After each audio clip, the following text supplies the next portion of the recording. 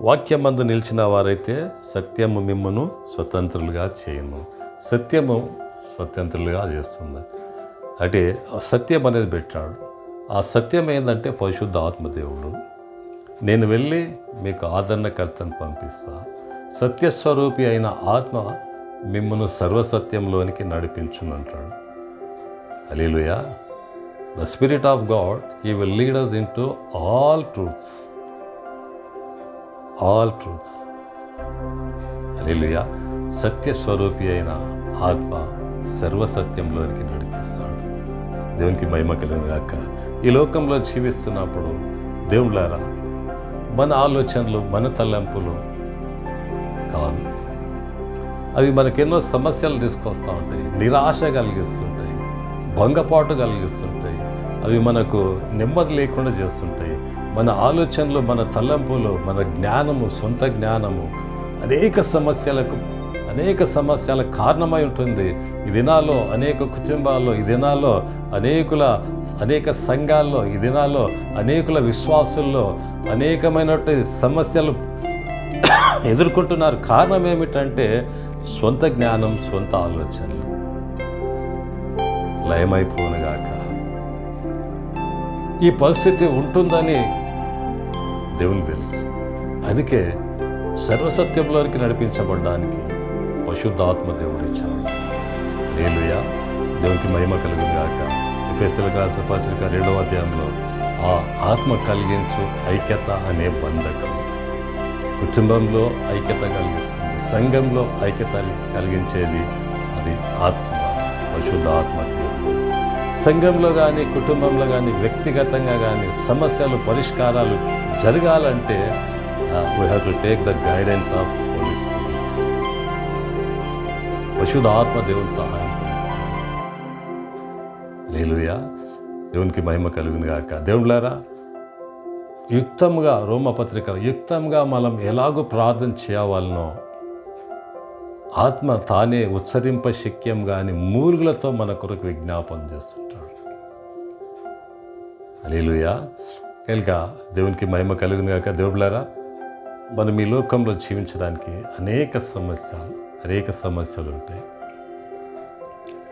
ఇంకోటి, ఎప్పుడైతే మనకు నెమ్మది లేదో, ఎప్పుడైతే మనకు సమాధానం లేదో, ఎప్పుడైతే మనకు సమస్యలు భయంకరంగా ఉన్నాయో, అప్పుడు మనం గమనించాల్సిన సత్యం ఏమిటంటే అక్కడ ఆత్మదేవుని కార్యం జరిగించడానికి మనము అనుమతి ఇవ్వడం లేదు.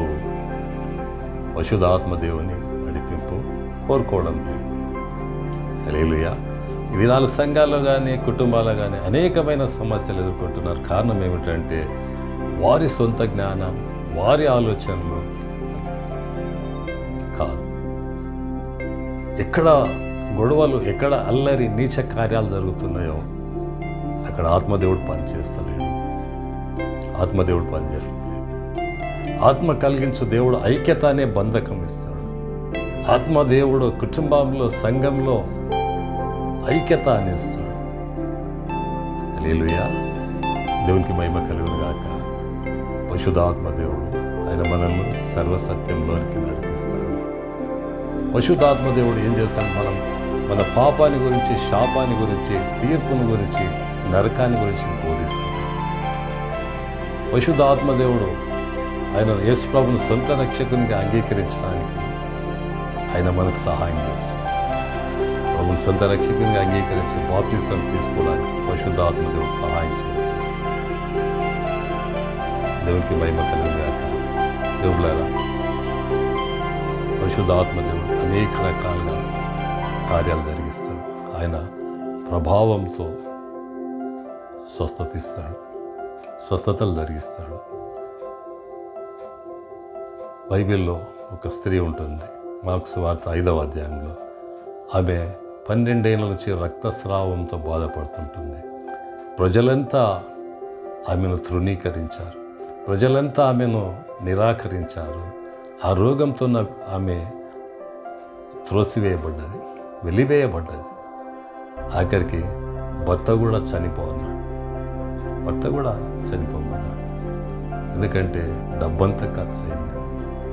డబ్బంతా ఖర్చు అయింది, అన్ని రకాలుగా ప్రయత్నించారు, ఏం జరగలేదు. భర్త చనిపోను, ప్రజలు రాళ్ళతో కొట్టి చంపాలనుకున్నారు.